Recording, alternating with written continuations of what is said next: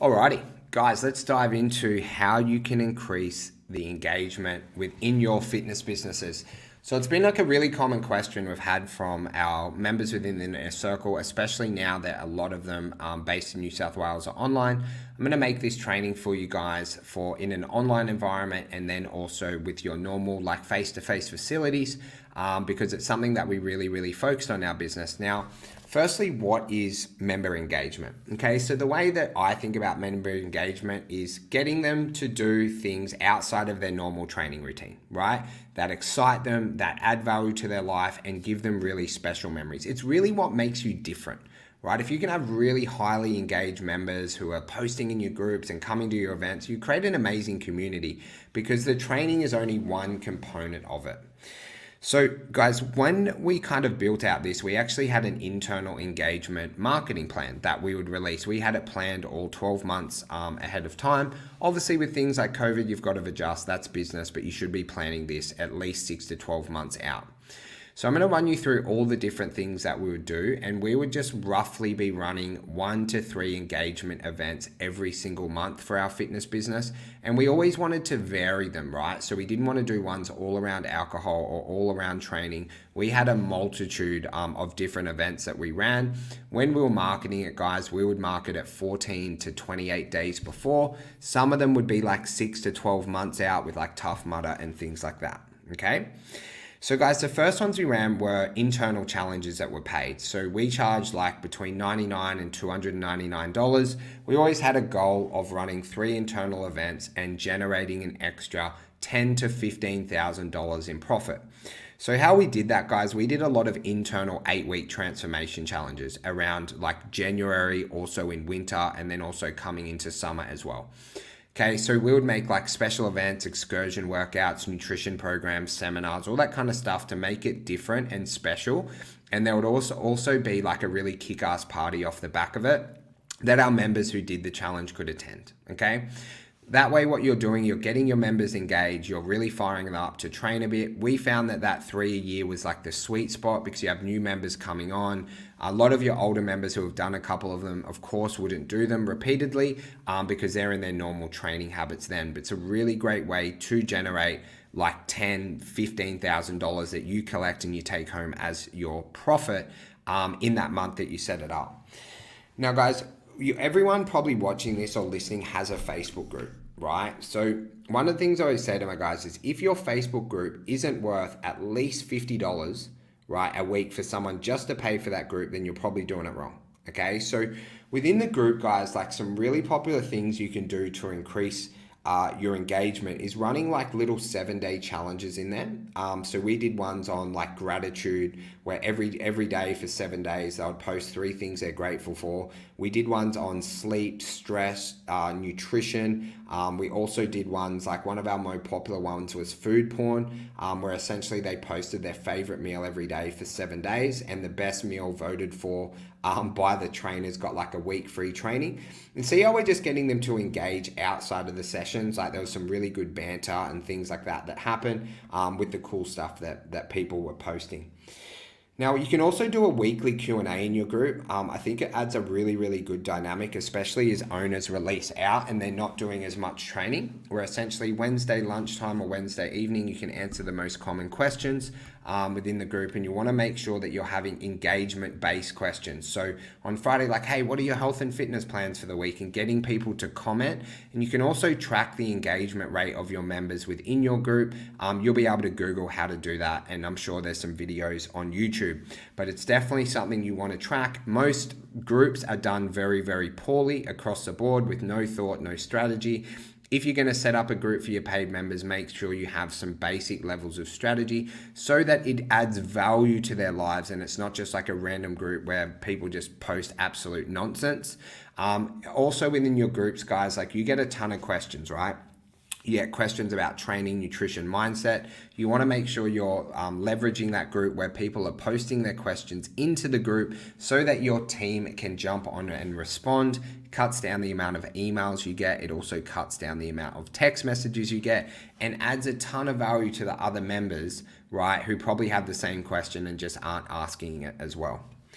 Now, guys, we would also do personalized challenges. Okay, so like within our clubs, we did like group training, semi-private, and one-on-one.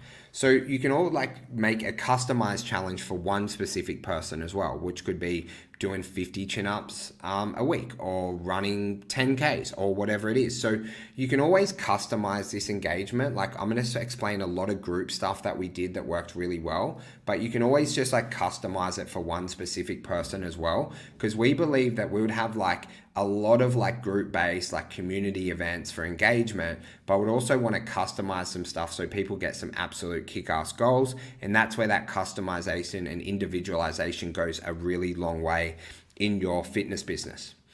Now, guys, let's talk about events. Okay, so events you've seen across the world, there is multi-million-dollar events that would have been ran face-to-face and they're now online. Just look at Tony Robbins, right? His event I heard is absolutely incredible online, and it was meant to be face-to-face. Get emails about it all the time. So whether you're face-to-face, whether you're online, it's only really up to your creativity. Now I'm gonna run you through a couple of the events that were super popular with our members, so you get like a little bit of an overview. So guys, firstly, coffee. So we did weekly coffee with our members, and those members who did weekly coffee stayed with for like legit 6 or 7 years. So that was on like a Saturday where they would go and grab coffee after a class. Coffee events, catch-ups, like casual stuff out after like a Saturday class, incredibly popular. It's going to do amazing things for your retention rate, okay? Then you've got things like we did like bingo, like Mizo, we did bingo where they would have to do like 5 events and like they would refer a friend and things like that, where they would get really engaged to promote the brand outside. Makes like a referral challenge like really fun. There's heaps of ways you can do referral challenges to get people engaged.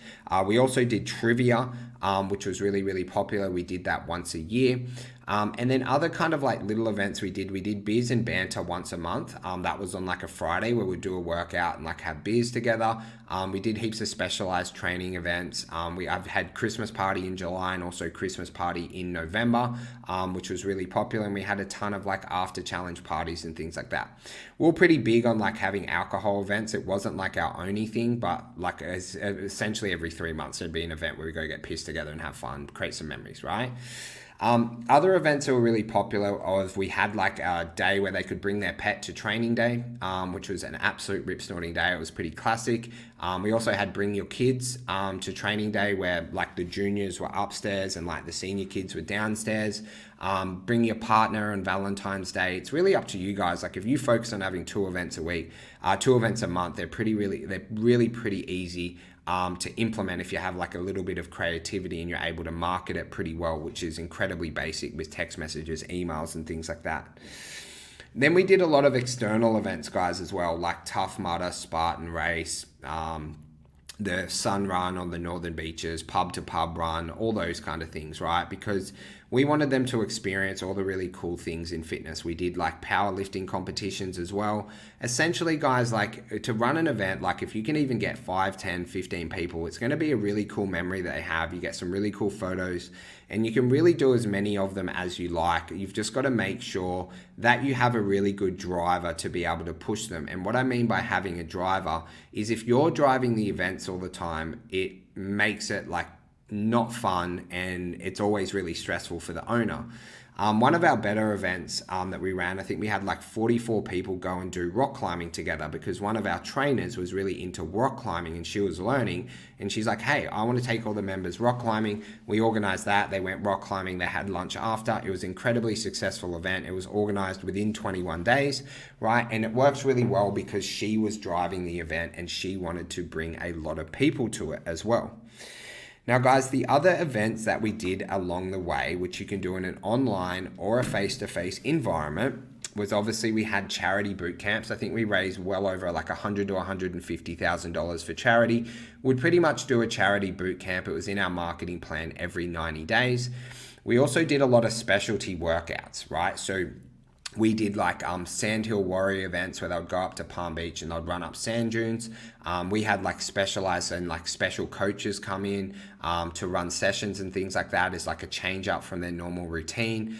We did 3-hour workouts. We did one even like a 5-hour workout that was like a challenge workout raising money for charity and things like that. And I think just having like different types of workouts that are like a bit special or maybe a bit harder, like really go a long way within any fitness business.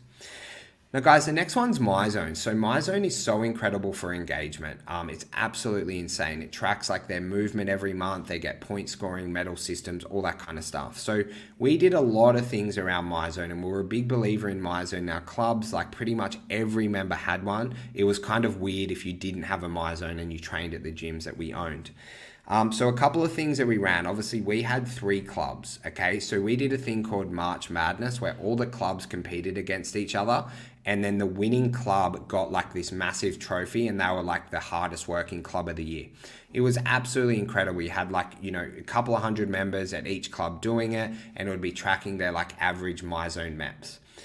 We also did like Slay Santa. So we did an event every December. It's usually a 21 day, and it's just focused around training and moving to mitigate how much alcohol people are having at the time. We'd be like, hey, go out, have fun, whatever, who cares?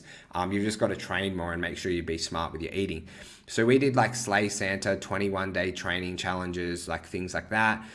We also did a cool event in November. It was like, we called it Rowvember, where we rode across Australia. So we'd track all the metrics on our rowing machines, and then we saw how far we went, and we rode pretty much from Sydney all the way over to Perth, which was like pretty crazy. It was a big effort. I remember on the Thursday before, me and one of my business partners just sat on the rower for like 2 hours and cranked it out. So we got across there, and that was like really fun. We also did like trainathons where they had to do X amount of sessions within a month as well. Just like little monthly themes to like spice things up, and it's often around usage and like using the club a little bit more as well.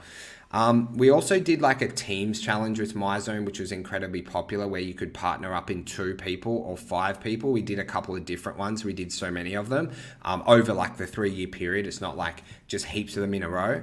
One of the more popular ones was called Beat the Bosses, where essentially myself and my business partner partnered up. What we did is we trained using our MyZone belt to burn as many MEPs as we can, and then any other team of 2 who beat us, because we partnered people up, got a prize for beating the bosses. Essentially, it was a good way to gamify it. There was heaps of shit talking like running along during the 28 days, like really good, friendly, positive banter. It was just a really fun way to do it as well. And guys, we also did selfies in the gym. So we promoted a lot, like people sharing us on social media. So we had like selfie walls and things like that. Our trainers would take photos of people when they're training. Once a month, we'd get photographers in, and then we'd share the Dropbox files to all the members of them training and absolutely smashing it. So then they could share it on their socials, and we could also use it within our ads and things like that as well.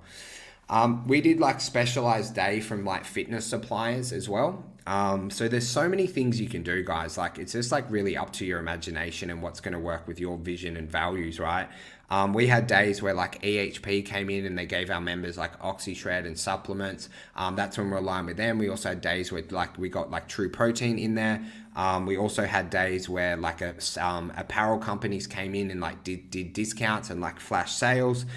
We had a Chobani yogurt come in once a month and just give us like a shit ton of Chobani, and we'll just give it all out to our members. Just these little, like, we had a thing, and this is more so not an engagement, but we had a company philosophy to wow our members at least once a month. So we would get like DJs in and Chobani and EHP, and we wouldn't tell them about it, just to get them like really engaged and like make them feel special on that singular day. And guys, just a little bit of a different way to keep people engaged. I believe that all businesses should be running a Net Promoter Score. So Net Promoter Score essentially tells you how happy your members are, and it gives them a really safe space to give private feedback. We used a system called Listen 360 for that, where essentially every 30 days our members would be asked like a couple of questions, and they would also become either a promoter, a neutral person, or a detractor. And whilst that's not an engagement, I think it's really, really important that you have systems and processes where your members feel a part of your journey. So you have Net Promoter Score, and then also doing like quarterly feedback where you can get open and honest feedback from your members, either publicly where they give their name on it, or privately, so that you're just actively improving your business each and every single quarter for the people that are actually using it, which are your clients. So we use Net Promoter Score, and we also did a survey once a quarter as well, which was really, really easy to implement, and it gave us some of the best feedback ever. And it also gave us a position where we could tell people to go, hey Jimmy, we're not actually going to do yoga in our facility because we love yoga, but we don't believe it fits in our culture because of X, X, and X. However, we can refer you to blah, blah, blah, and then they can go and do yoga. And then you can explain to them and keep your members happier where they get clear explanations on everything as well. And guys, probably our most popular event that I want to finish you with, which is really good for online or offline, was a Teams challenge event that we set up. So what we did is we would set teams up in teams of 5 people essentially, and they always trained at the same time. So it was the 6 a.m. people, the 7 a.m. so they could make sure they kind of work well together. And then what we'll do is we would set one team captain, and then those teams for a month had 5 events that they had to complete, right? And you don't have to be a rocket scientist to make this. It would be like complete a class together, go for a walk on the beach together, have coffee together, take a sweaty selfie together, like just like really basic stuff, like grab coffee after a class. Like it was just things to build your environment. And we had like a really big belief in every event that we ran, internal or external, we always ran it through this rule. 1, will they make better friends and have memories off this event, right? Will it create like a bit of banter or a good memory or something that they can cherish to get them locked in to the location? Because if they had like 5 or 10 friends at the gym, we knew they were going to stay for a pretty long time, right? And then also, is it easily referable? Is it really easy for them to bring their husband, their wife, their friends, their kids to any event? And if it didn't ever tick those boxes, we'd have a really big rethink about how we can make it so it creates a better memory and creates better friendships within the club. And then also, how can we make it easier where they can bring a friend or family member down? And when you do those things really well in a face-to-face or an online environment, and you do those 1 to 2 things every single month, guys, and you make sure not all your themes are the same. Like you don't do beers and banter and that's your only event every month. Have some ones with kids, have some educational seminars along the way. What you really want to do is get them to change their training routine and have a special memory and a special moment outside of the boring, repetitive PT sessions, group sessions, online training sessions that they're running. And guys, you're gonna get some big wins when you do this, right? And have some really cool events. You're also gonna get kicked in the guts or like every now and then and run an event that doesn't hit off. The only way that you guys learn this is by setting up events, by making an effort, learning what works, learning what doesn't, and giving it your red hot crack. And what we always want to do with our guys is make sure that the gym or your fitness business is their third place. Right, the place where they feel comfortable, where they're happy, where they make some incredible memories. Like you've got all the results and everything they come to you guys for, but if you can make it that third place where they love hanging out, like we had couches and like safe spaces where after the class, it wasn't like come in and get out, right? It was like come in, you can sit down, you can have a drink, you can grab a coffee, you can just chill out. There was iPads and things like that. I've seen some people have like pool tables, ping pong tables in their gym. If you do that and you make like a really good community, and you don't have to have pool tables or ping pong tables, but you want to make it a place where they feel comfortable, and it's not just like fitness first, in, out, in, out, in, out, where they'll sit, they'll hang around, they've got some friends, they've had some really cool memories, they're trying different things that maybe they wouldn't have done, or maybe learning things with seminars and things like that. And then you just want to plan out 1 to 2 things every single month. If you have a really big event that a lot of people are coming to, your secondary event will be quite small. It'll be like a Chobani day. And you just think your way logically through it. And if you guys do those really successfully in either in an online environment or in an offline environment, you're going to do very well. And the reason why I know this, guys, is obviously I never ran an online business, but now the Inner Circle is 100% online, right? There's no face-to-face stuff. Is we run these exact same events. We do referral challenges. We have like special guests coming on. We have an amazing culture in there, right? And we haven't been able to meet up with anyone face-to-face recently. And all I do in the Inner Circle is I just run it exactly like I ran my gyms, but instead of people losing weight, they make more money, right? Same thing, same processes, everything else is the same. It's just a different service, and that's how we're able to adjust it to an online environment by just being a little bit creative and just doing the same stuff that we know builds community within the club. So I hope that gave you a little bit of value. I'm sure it gave you an absolute ton of ideas. It took me, like, I was actually funny is I probably only gave you guys like 25 to 30% of what we actually did, because there was just so many different events that we ran over the years. But guys, just go to it. Just make like your little list of like maybe the top 2 to 3 things that you can implement over the next couple of months. You do that really well and you're consistent, is you're going to build an amazing culture and a really engaged community. Not this month, but you've got to be consistent for 6 months, right? And then you watch what happens to your community.